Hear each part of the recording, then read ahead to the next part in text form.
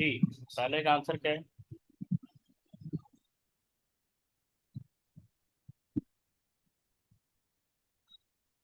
ए।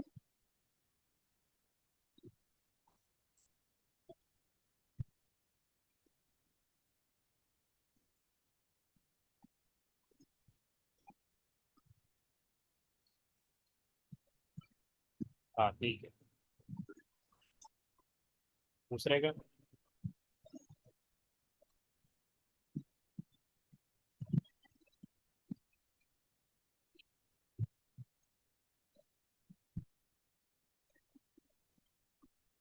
Second का answer क्या है? एक second.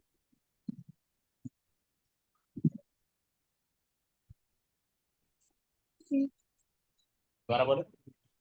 C. C? Ji. C for cat? Ji. B है, बी फॉर बॉल। अच्छा, इसमें क्या इशू है?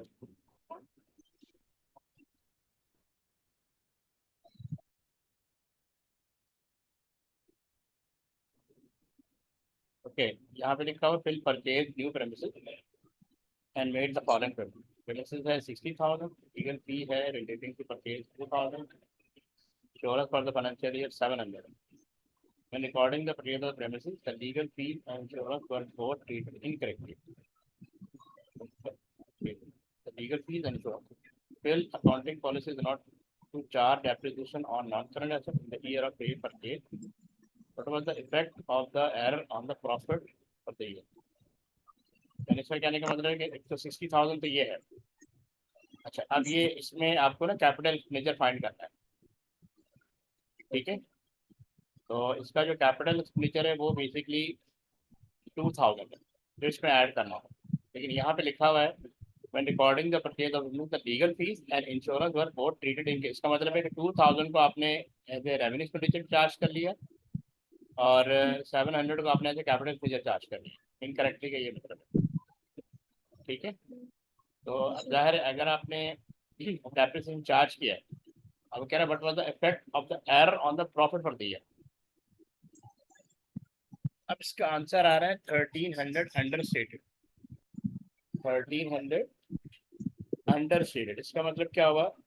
देखिए 2,000 को हमने as a revenue expenditure charge कर लिया और 700 को हमने as a capital expenditure charge कर लिया। ठीक है। ठीक है, ओके। अब ये कह रहा है कि firm's accounting policy is not to charge depreciation non current in the year of ये तो चार्ज हो ही नहीं है, इसका तो इम्पैक्ट हो ही नहीं आएगा। What was the effect of the error on the profit for the year? तो अब जब हम इसको जब आपने लीगल फीस को एज ए रेवेन्यू फिल चार्ज किया तो इसका मतलब ये हुआ कि आपका जो रेवेन्यू जो प्रॉफिट है वो 2,000 से नीचे चला गया। ठीक है, ठीक है। और ये जो insurance for the financial year है ये चार्ज नहीं किया आपने, इससे आपका कैपिटल एक्सपेंडिचर इंक्रीज हो गया और डेप्रिसिएशन आपने चार्ज नहीं किया। अच्छा, तो इसका जो नेट इम्पैक्ट आ रहा है वो 1,300 आ रहा है। ठीक है, इसका नेट इम्पैक्ट 1,300। एक सेकेंड होल्ड कीजिएगा। जी।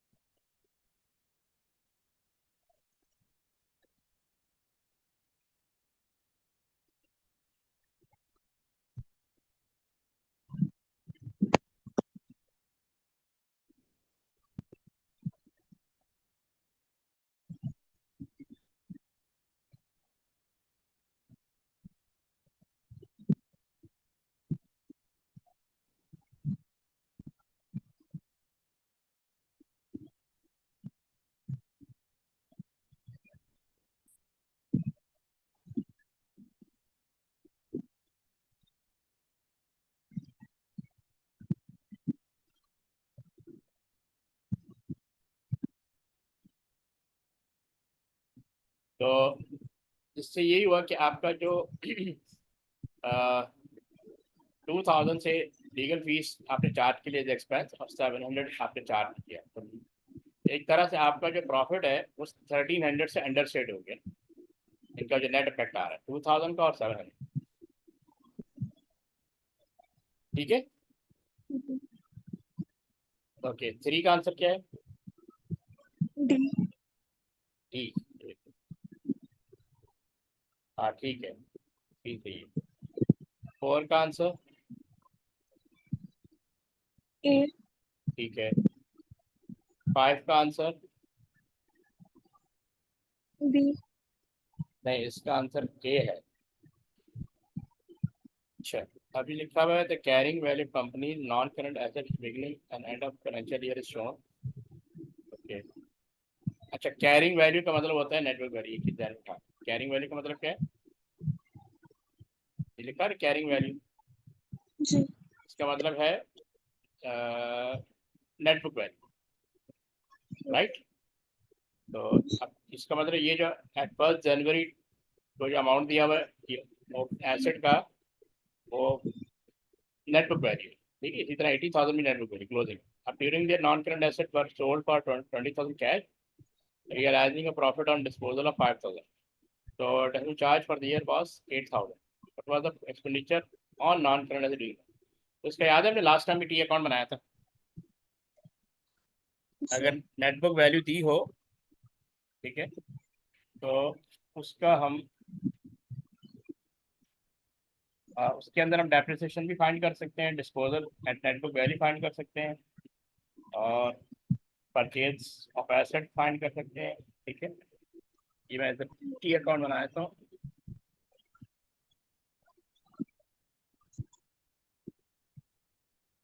तो आपने माइंड में रखना है ये नॉन करंट एसेट है। अच्छा, ये नेटबुक वैल्यू अमाउंट दिया ना, तो हम ब्रॉड डाउन कर लेंगे 1000 100,000। ये क्लोजिंग है तो इधर आ जाएगा, सही है।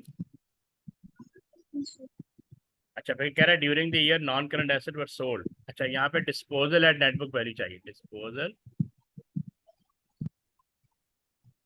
नेटबुक वैल्यू अमाउंट चाहिए। तो ये आपने सेल किया हुआ 200,000 cash, realising profit on disposal of 5,000।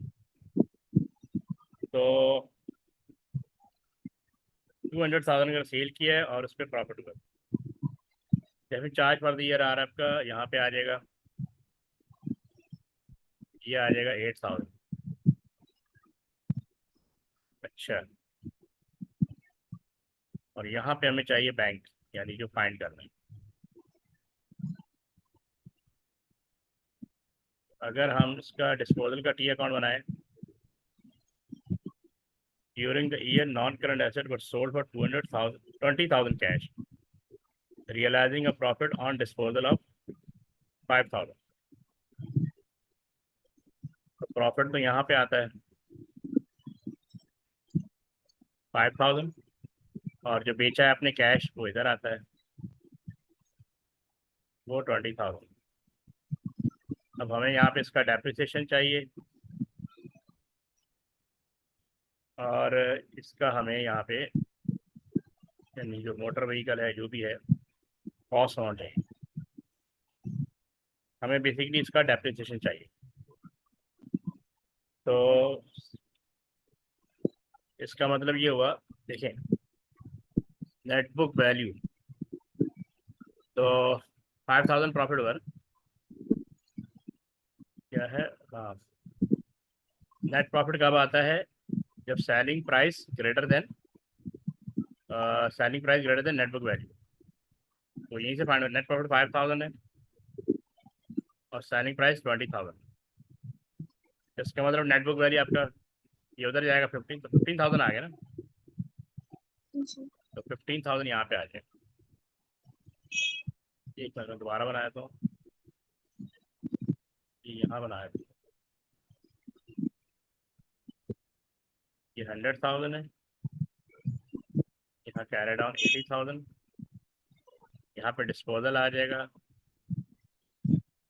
ये 15,000 आ गया, डेप्रिसिएशन चार्ज 8,000 आ गया, और यहाँ पे आपका बैंक जो आपने फाइंड कर, तो क्रेडिट साइड ज़्यादा है, 15,000 प्लस 8,000 कितना हो गया, 23,000, और 80,000 ये आ गया 103,000, माइनस करें 100,000, ठीक है, तो कितना आएगा 3,000। इसका राइट ऑप्शन क्या था, 5 का ए, जी ए आ गया। जी क्वेश्चन समझ में आया आपको, ये दोबारा बताऊँ, ओके आ गया, ठीक है, ये हम पहले भी कर चुके हैं, ठीक जी है। ओके, 6 का आंसर क्या है, डी ए है। Why would a bookkeeper make use of verification procedure?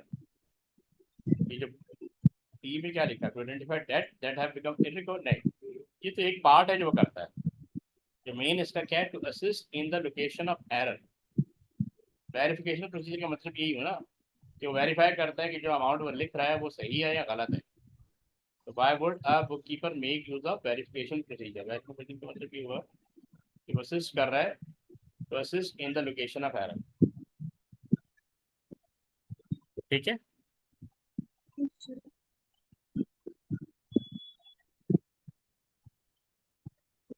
7 का आंसर क्या है, 7 ही हुआ नहीं हुआ, इसका आंसर सी है। अब ये कह रहा है Douglas prepared a trial balance and found that the total of the debit column was 50 higher than the total of the credit column, the following error were discovered. Error 1 है a purchase of a purchase invoice for $100 had been incorrectly recorded. Error 2 क्या है, an error recovered debt of 50 had been incorrectly recorded. Which combination of the two errors together caused the difference in the total? Okay, ये कह रहा है Douglas prepared trial balance and found that the total of the debit column was 50 higher than the total of the credit column. ठीक है, debit side जो है 50 से ज़्यादा है। The following error was purchase invoice for $100 had been incorrectly record. इसका क्या मतलब हुआ, परचेज इनवाइस का मतलब ये हुआ कि इसने purchase invoice for $100 had been incorrect, अगर राइट वे में करता तो, यानी परचेज डेबिट 100, अकाउंट पेबल 100, ये अगर सही वे में करता तो ऐसे राइट करता। इसने मिस्टेक क्या की होगी, अकाउंट पेबल 100 किया होगा और परचेज को क्रेडिट कर दिया होगा, ठीक है। जी अच्छा, फिर कह रहा है an irrecoverable debt of $50 had been incorrectly recorded, an irrecoverable debt of 50 had been incorrectly recorded. अच्छा, एरर 1 है recorded in purchase journal at 50, तो recorded in purchase journal at 50, तो अगर हम एरर 1 को देखें, रिकॉर्ड यानी एरर 1 जो है ये, इसमें इसने मिस्टेक किया की होगी, recorded in purchase journal at 50, तो यानी परचेज जर्नल, यानी परचेज जर्नल का मतलब हुआ परचेज को डेबिट किया होगा 50 की परचेज, ठीक है। Both entry reverse, irrecoverable 50 had been incorrectly dead.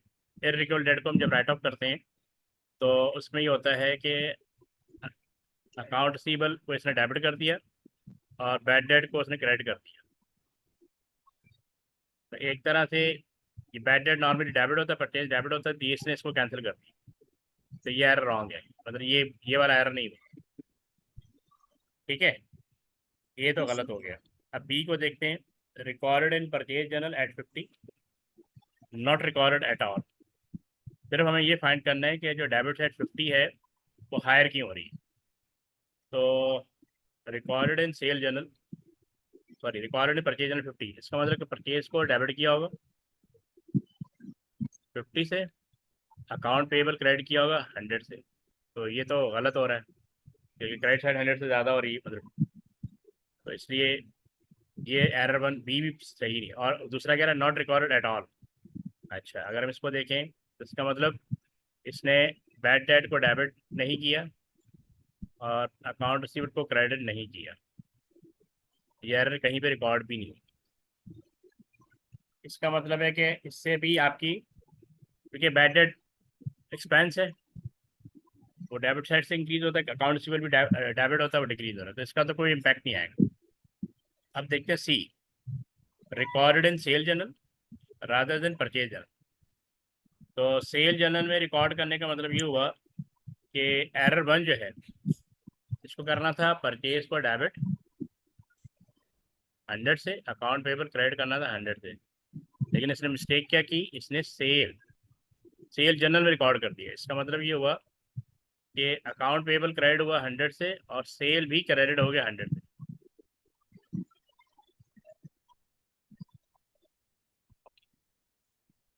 और एरर 2 कह रहा है कि रिकॉर्डेड इन एक्सपेंस अकाउंट ओनली। इसका मतलब बैड डेट की बात कर रहा है कि बैड डेट को डेबिट कर दिया उसने 50 से, ठीक है।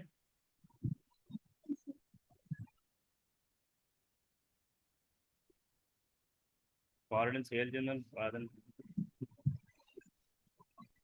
एक सेकेंड।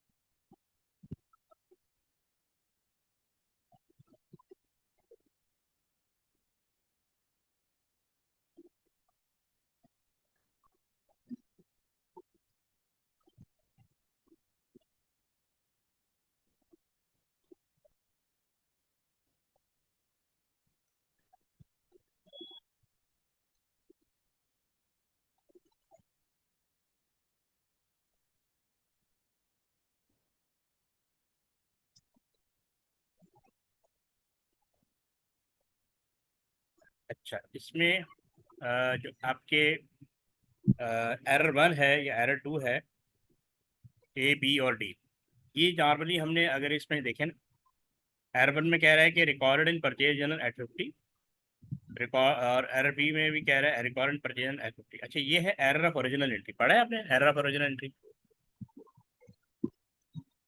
याद है एरर, Yeah. 6 टाइप्स के error, error of original entry.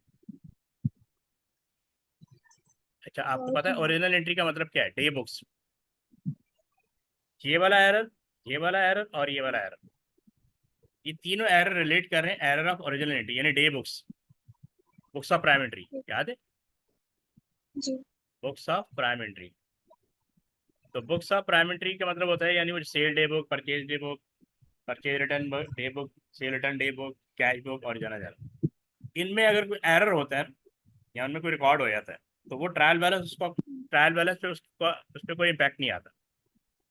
ठीक है, ट्रायल बैलेंस पे कोई इम्पैक्ट नहीं ओके। आता, ठीक है ना, no impact on trial balance. Error तो होता है लेकिन वो उसका इम्पैक्ट ट्रायल, क्योंकि वो ट्रायल, क्योंकि ये वो एरर है जिसमें बताया जाता है कि error exist but trial balance remain balance. ठीक है। अच्छा, इसमें सिर्फ एक एरर ऐसा है, यानी पार्ट सी वाला जो रिलेट कर रहा है recorded and expense account only. अब इससे क्या हुआ, आपकी डेबिट साइड इंक्रीज कर रही, क्योंकि ये कह रहा है कि Douglas prepared a trial balance and found that the total of the debit column was 50 higher than the total of the credit column। यानी डेबिट साइड ज़्यादा होगी, क्रेडिट साइड लेस होगी। तो अगर एरर सी में देखें, इसमें सिर्फ जो है ये एरर डेबिट साइड पे रिकॉर्ड हो गया, यानी एज एक्सपेंस, एज ए अपने डेबिट साइड बैडेड को डेबिट कर दिया 50 थे। क्रेडिट साइड लेसर होगी क्योंकि आपने अकाउंट से क्रेडिट करना था, वो किया नहीं। ठीक है। अब ये जो एरर है ए और बी, ये बुक सब प्राइम एंट्री से रिलेट कर रहे हैं, इसकी वजह से इसका कोई इम्पैक्ट ट्रायल बैलेंस पे नहीं आता। ठीक है। अगर आपको याद हो 6 एरर हमने पढ़े थे। क्या कहते हैं, एक तो error, error of omission, error of commission, error of principle, और एरर ऑफ कंप्लीट रिवर्सल, और ट्रांसपोजिशन, और कंपनसेशन। ये 6 एरर हैं जिसकी वजह से ट्रायल बैलेंस बैलेंस रहता है बट एरर एग्जिस्ट कर रहा होता है। अब ये वाहिद यानी सी में एक ये एक एरर है जिसकी वजह से डेबिट साइड आपकी इंक्रीज होगी, जिसको आपने रिकॉर्ड कर दिया एक्सपेंस अकाउंट के, क्योंकि यहाँ पे कह रहा है बहुत इंक्रीज रिवर्स, रिवर्स होगी तो कोई इम्पैक्ट नहीं आएगा, not not recorded at all कोई। और recorded in sale ledger account only, यहाँ डे बुक्स के अंदर आ गया। इसलिए एरर ऑफ ओरिजिनल एंट्री जो है उसकी वजह से ट्रायल बैलेंस में कोई इम्पैक्ट नहीं आएगा, सिर्फ सी सही है। क्लियर। जी। 8 का आंसर क्या था? बी। डी। नहीं, डी है। When preparing a bank reconciliation statement, which item is an uncredited deposit? देखिए यहाँ पे आप मिस्टेक करेगी ना। बी को अगर हम देखें, इसमें लिखा हुआ है credit transfer from a credit customer not yet record in the cash book. इसका मतलब ये हुआ कि बैंक ने तो क्रेडिट कर दिया, हमने डेबिट नहीं किया। जबकि अनक्रेडिट वो होता है कि जिसको हमने डेबिट किया, बैंक ने क्रेडिट नहीं किया, तो वो डी है। An amount paid into the bank not yet record on the bank sheet, ये हुआ ना अनक्रेडिट। आपके पास चेक आया, आपने डेबिट कर दिया, आपने वो चेक जमा करा दिया, सही है। लेकिन बैंक, आपने अगर डेबिट कर लिया, बैंक को क्या करना है, क्रेडिट करना है। ये पॉइंट क्लियर है। जब आपके पास चेक आता है ना तो आप बैंक को डेबिट कर देते हैं, यानी अपनी साइड पे बैंक को डेबिट कर देते हैं, ऐसे ही अकाउंट से क्रेडिट हो जाते हैं। लेकिन अपोजिट साइड पे बैंक को आपका अमाउंट क्रेडिट करना होगा, आपका अमाउंट क्रेडिट करना होता है, ठीक है ना। तो बैंक उसको क्रेडिट करता है, ठीक है, an amount paid into the bank, आपने अमाउंट पे कर दिया, not gate record in the bank से, इसका मतलब बैंक आपने अमाउंट को डेबिट कर दिया, बैंक ने क्रेडिट किया, तो वो अनक्रेडिट हुआ ना। क्लियर है। जी। अच्छा, 9th का क्या है? बी। B for ball. जी। नहीं, डी है। एक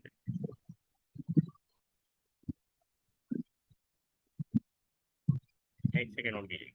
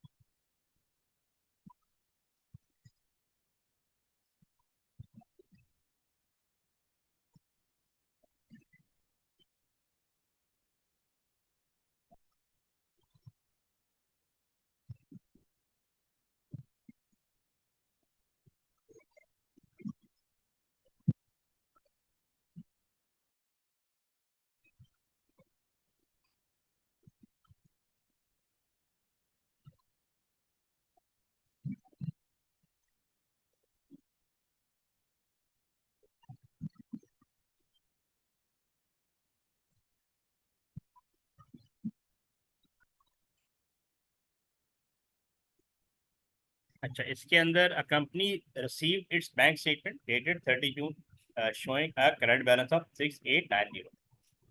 The cash book on this date had a debit balance of 7234.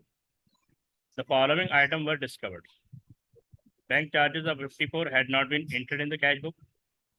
अब ये वो इन्फॉर्मेशन है जो आपको बैंक स्टेटमेंट्स मिल रही है और बैंक स्टेटमेंट का बैलेंस शो कर रहा है 6890.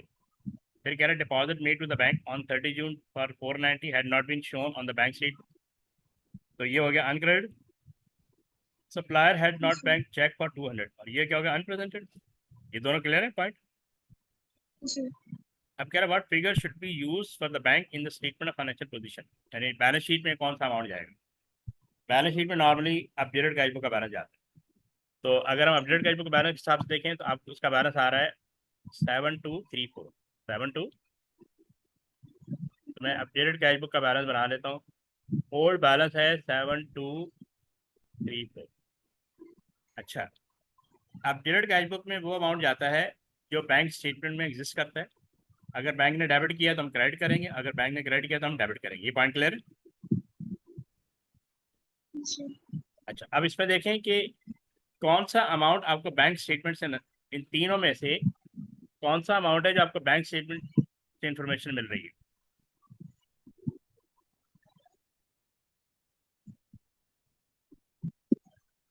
6890. जी दोबारा बोले. 6890. नहीं, ये जो तीन वैल्यूज है ना, तीन ट्रांजेक्शन दी हुई. Bank charges of 54 had not been entered in the cash book. ये इन्फॉर्मेशन आपको बैंक स्टेटमेंट से मिल रही है ना कि बैंक ने चार्जेस डिडक्ट किए हैं. बैंक ने क्या किया, आपके अकाउंट को डेबिट कर दिया. बैंक ने आपके अकाउंट को क्या कर दिया, डेबिट कर दिया. आपने क्या करना है, आपने क्या करना है, क्रेडिट. तो यहाँ पे हम बैंक चार्जेस 54. अब आप 7234 में से 54 माइनस कर लें तो कैरी डाउन अमाउंट इधर ही आ जाएगा.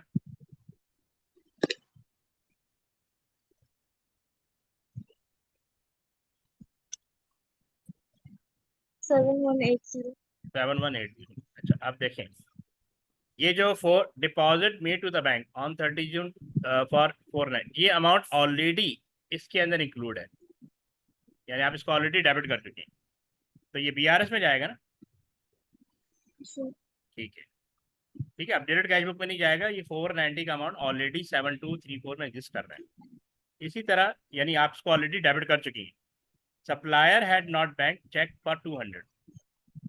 तो ये है अनप्रेजेंटेड. ये क्या है, Unpresent. अनप्रेजेंटेड का मतलब है कि आपने अपने बैंक अकाउंट को पहले से क्रेडिट कर दिया है और बैंक ने डेबिट करना था, उसने डेबिट नहीं किया. ठीक है, इसका मतलब ये अमाउंट आप पहले से डिडक्ट कर चुकी है. ये अमाउंट पहले से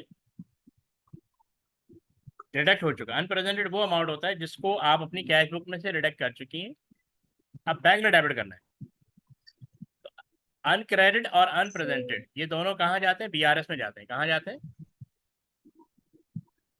Yes. हाँ बीआरएस में वो अमाउंट जाते हैं जिसकी इंफॉर्मेशन ऑलरेडी आपके पास है. ठीक है, और बैंक स्टेटमेंट में नहीं है. ये पॉइंट क्लियर है आपको. जी. अपडेटेड कैश बुक में वो अमाउंट जाता है जो जिसकी इंफॉर्मेशन बैंक स्टेटमेंट में एग्जिस्ट करती है, आपके पास नहीं. अगर बैंक ने डेबिट किया है तो आप क्रेडिट करेंगे, अगर बैंक ने क्रेडिट किया तो आप डेबिट करेंगे. बैंक चार्जेस का मतलब है कि बैंक ने आपके अकाउंट को डेबिट किया हो. तो अब ये ध्यान में रखें, ये पूछ रहे हैं what figure should be use in the bank statement financial position. Financial position का मतलब क्या है, बैलेंस शीट. यानी बैलेंस शीट में कौन सा अमाउंट जाएगा. बैलेंस शीट में हमेशा अपडेटेड कैश बुक का अमाउंट जाता है.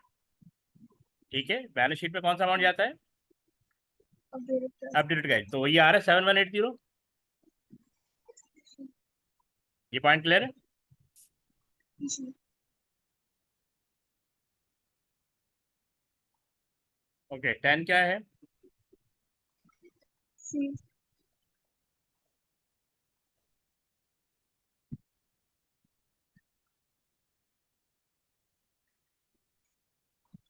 10 का आंसर है सी. C. ठीक है, C. और 11 का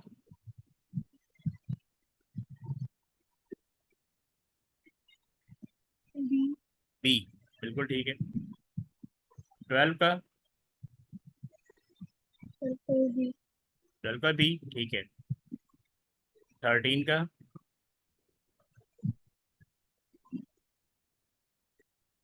ये दोबारा बोले।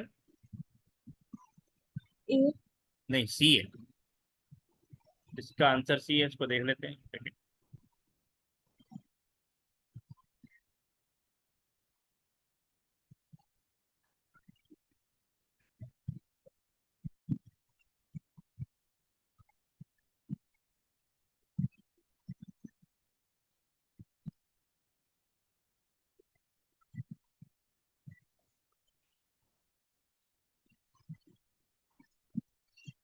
इसमें करेक्टेड प्रॉफिट फाइंड करना है। ड्राफ्ट प्रॉफिट दिया हुआ है 62,000। ठीक है। अच्छा, पहले हम करेक्शन कर लेते हैं। Accrued loan interest payable of 3900 had not been accounted for, यानी अक्रूड लोन आपने एक क्या बोलते हैं, इंटरेस्ट आपके ऊपर ड्यू हो गया है, आपने उसको चार्ज नहीं किया। जब इंटरेस्ट ड्यू हो जाएगा तो हम इंटरेस्ट एक्सपेंस, ये नंबर 1 है, डेबिट कर देंगे 3900 से, और इंटरेस्ट पेएबल 3900 से क्रेडिट कर देंगे। ठीक है।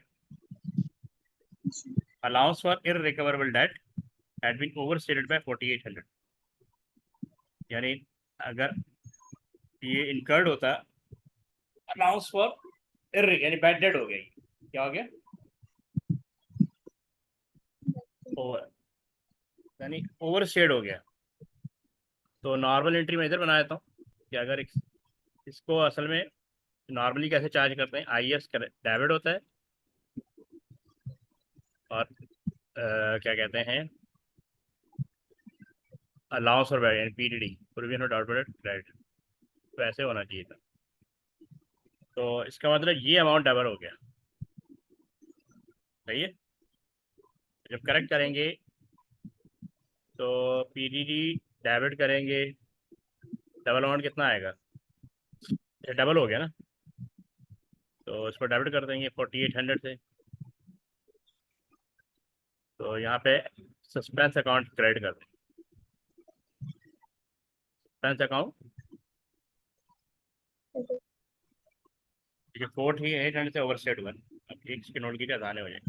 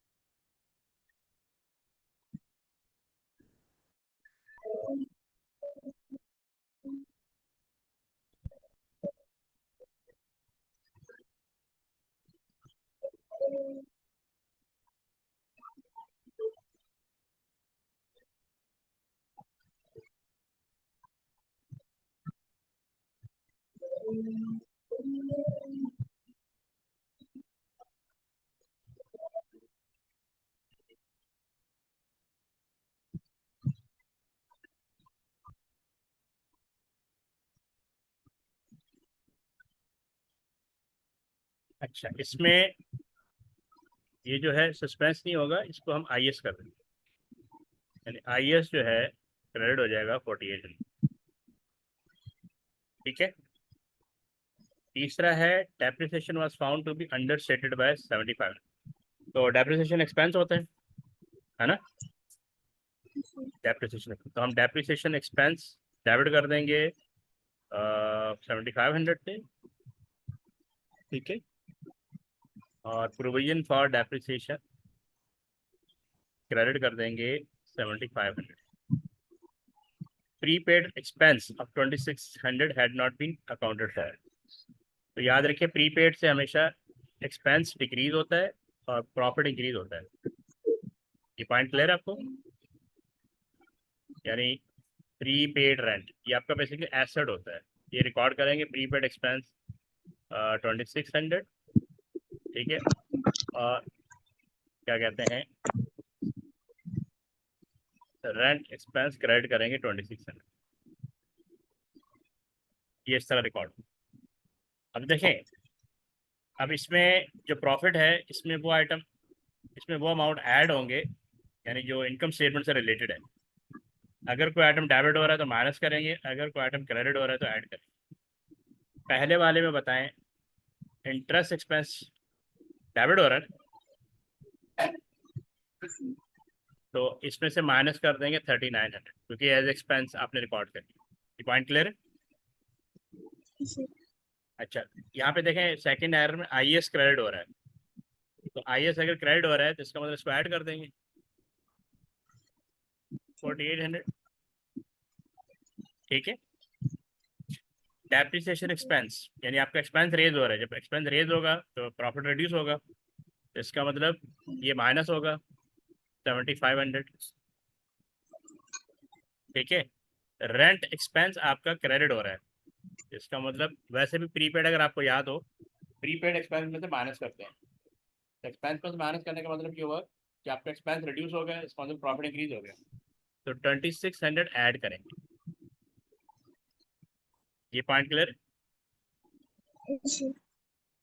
मैं इसको दोबारा बना देता हूँ ताकि आपको आइडिया हो जाए कि 62,000 ये ड्राफ्ट प्रॉफिट है, इसके अंदर 4 एरर को हमने एडजस्ट करना है। पहला है अक्रूड लोन इंटरेस्ट।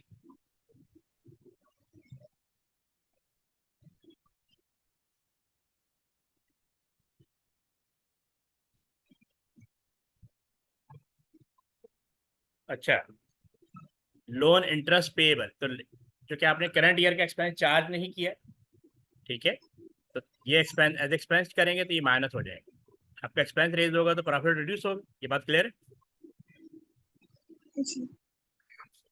एक सेकंड।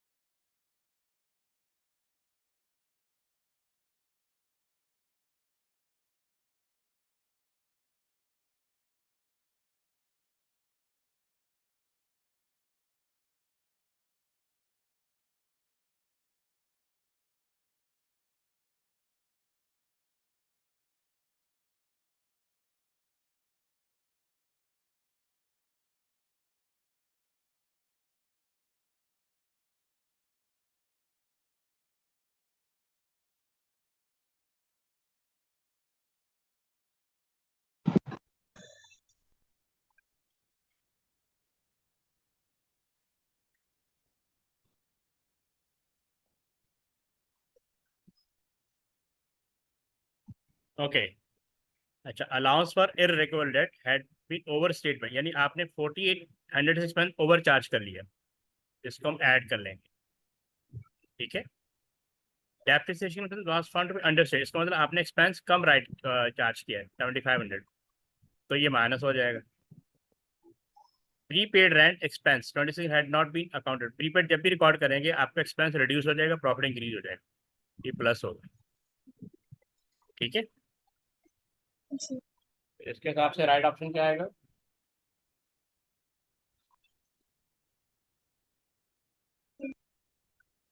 सी। ठीक है, ये चारों एरर क्लियर है आपको? जी,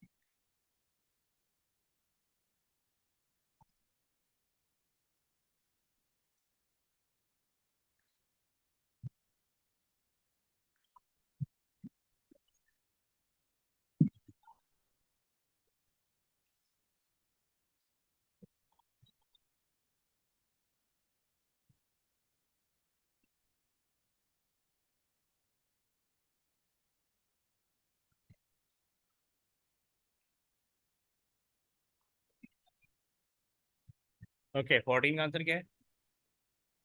डी, डी फॉर डॉग। जी, ओके, फिर सही। 15 का? डी, हाँ सही। बस। 16 का? D, B. जी, ऐसे बोला करें, B for ball, D for dog, समझ में आता है। डी, ठीक है, 17 का?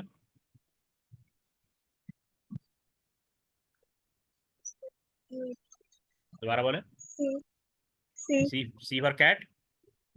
जी, ठीक है। 18 का? ए, नहीं, उसका डी है। एक सेकंड और होगा।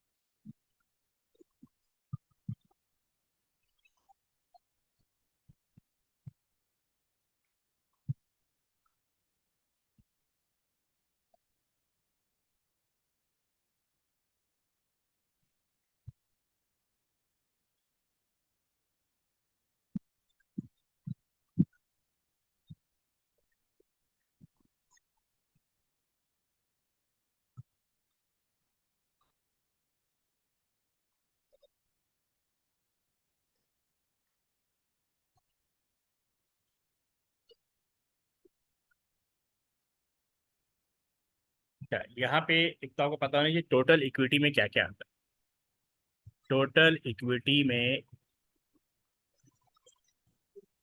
एक तो आता है ordinary share capital, plus share premium account, plus retained earning, plus general reserve plus revaluation. ये बात क्लियर है? Ordinary share capital plus share premium account plus retained earning, ठीक है, plus general reserve plus revaluation, इसके हिसाब से increase और decrease हो। अब अगर हम पहले देखें, a transfer of 50,000 was made from retained earning to general reserve, उसका मतलब रिटेन अर्निंग में जो अमाउंट पड़ा हुआ था वो हमने जनरल रिजर्व में ट्रांसफर कर दिया, तो रिटेन अर्निंग डेबिट हो गया 50,000 से, और जनरल रिजर्व 50,000 क्रेडिट हो गया। तो इसका मतलब कि आपका क्या कहते हैं, टोटल इक्विटी इससे रिड्यूस हुई, इससे इंक्रीज हुई, तो ये क्या हो गया, जीरो, जीरो इम्पैक्ट हो गया, नील हो गया ना। ये बात क्लियर है? जी, ठीक है ना, रिटेन अर्निंग यहाँ पे आ रहा है ना, जनरल रिजर्व भी यहाँ पे आ रहा है, रिटेन अर्निंग डिक्रीज हो रही है, जनरल रिजर्व इंक्रीज हो रहा है, तो इसका कोई इम्पैक्ट नहीं आएगा टोटल इक्विटी में। An issue of 200,000 ordinary share of $1 each at a price of 2.5 each was made. एक तो आपका बैंक इंक्रीज होगा, वो तो इसका पार्ट नहीं है, लेकिन मैं आपको बता देता हूँ। अगर आप उसको बना दी, बैंक इंक्रीज होगा 200,000 को 2.5 से मल्टीप्लाई कर लें तो 500,000 आएगा, ठीक है, 500,000 से इंक्रीज होगा, तो इससे आपका ऑर्डिनरी शेयर कैपिटल इंक्रीज होगा, $1 है, ऑर्डिनरी शेयर कैपिटल इंक्रीज हो जाएगा आपका 200,000 से, और शेयर प्रीमियम अकाउंट इंक्रीज हो जाएगा 50,000। तो इन दोनों से आपका टोटल इक्विटी इंक्रीज हो जाएगा, इन दोनों से आपका टोटल इक्विटी, तो 250,000, एक तो आपके पास आ गया 250,000 से इंक्रीज हो गया। अच्छा, फिर आ रहा है, इसको मैं थोड़ा रिमूव कर देता हूँ,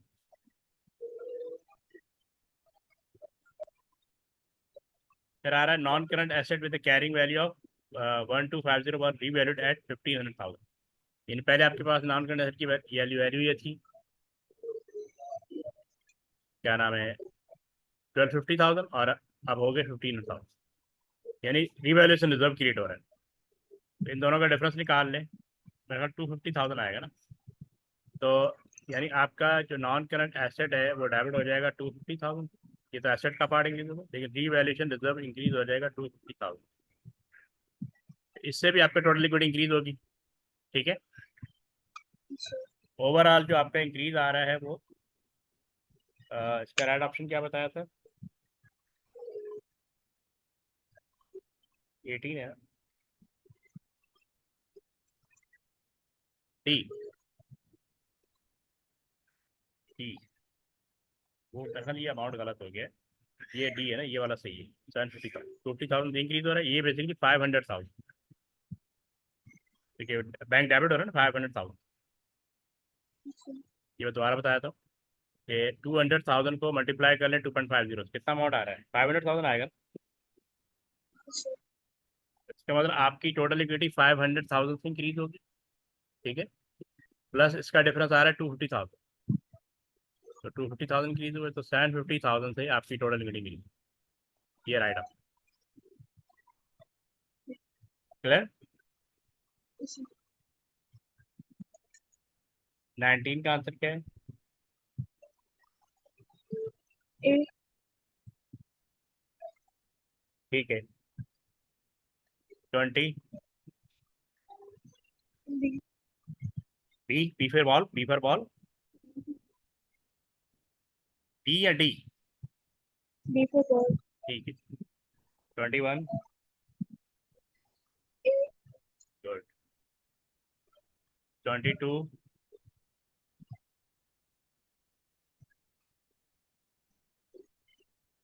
बी, बी दोबारा फॉर बोले, ball, B for ball, B for ball ना, जी, ठीक है, 23,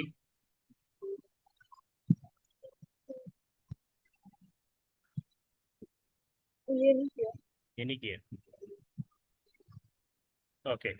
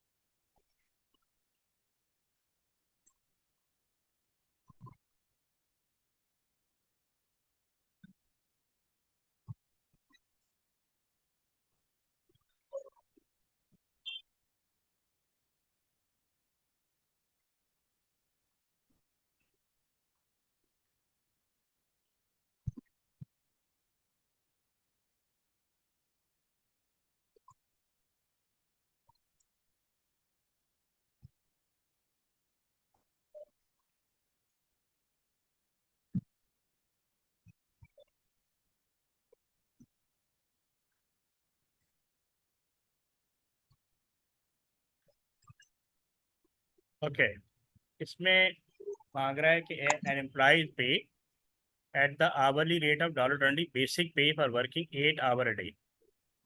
एक सैलरी तो इसकी ये होगी, एक सैलरी इसकी ये होगी ना, तो हम यहाँ पे कहीं रख कर लेते हैं 20 × 8 कितना आएगा, 160 आएगा। सही है, ये इसकी बेसिक होगी। फिर ये कह रहा है कि overtime is paid at the hourly rate of basic pay plus 25%, time and half, time and a quarter, यानी $20 ले रहा था पर आवर, अगर ओवर टाइम करता है तो उसको इसका 25% ऊपर मिलेगा। कितना मिलेगा? 5%. तो इसका मतलब ये 1 पॉइंट, हम इसको इस तरह कैलकुलेट कर लेते हैं, यानी 1.25 इंटू 20, ये 25 आएगा। ये बात क्लियर है? यानी अगर ये ओवर टाइम लगाता है तो उसको जितने भी 8 आवर्स ऊपर जो भी लगाएगा ओवर टाइम होगा, और उसको $25 पर आवर मिलेगा। यहाँ तक क्लियर है पॉइंट? हमने ये कैलकुलेट करना है कि इसका ओवर टाइम कितना है। यहाँ पे लिखा हुआ on Wednesday the employ work 10 hour, कितने आवर काम किया? 10 आवर, तो इसने 2 घंटे ज़्यादा काम किया। 8 आवर पे उसको $20 मिल रहा है, और 8 आवर से ऊपर काम करेगा तो $25 मिलेगी। ये पॉइंट क्लियर है? इसके पॉइंट हिसाब से तो 1.25 बनता है इंटू 20, तो 25 आएगा। तो इसका मतलब है 2 घंटे ज़्यादा काम किया तो ये कितना आ गया, 50, या आप कलर 50 कर दें। ठीक है, अब कह रहा on Wednesday the employ work 10 hour and produce 32 unit. अब यहाँ पे लिखा हुआ है productivity bonus is also paid at the hourly rate of basic pay plus 50%। Basic pay plus 50%, basic pay 20 है, तो 20 को 50% का मतलब होता है 1.5, 50% का मतलब क्या होता है, तो ये $30 आ जाएगा। अच्छा, ये इसका बोनस है। Time and half for every unit produce more than 30 unit per day. तो इसने कितने यूनिट एक्स्ट्रा प्रोड्यूस किए, 2 यूनिट, तो इसको 2 से मल्टीप्लाई कर देंगे, 60 आ जाएगा। तो 1110, 170, 270, तो ये आंसर आ जाएगा 270, ये वाला। ये पॉइंट क्लियर है? दोबारा बता दूं? नहीं सर. समझ आ गया? ठीक।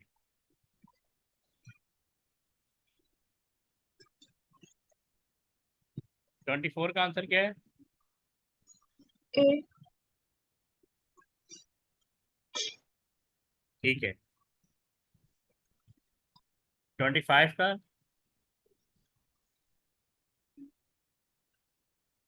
C. ठीक है, गुड। 26 का? C. 27 का?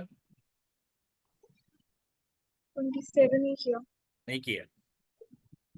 अच्छा, और 28 किया? जी.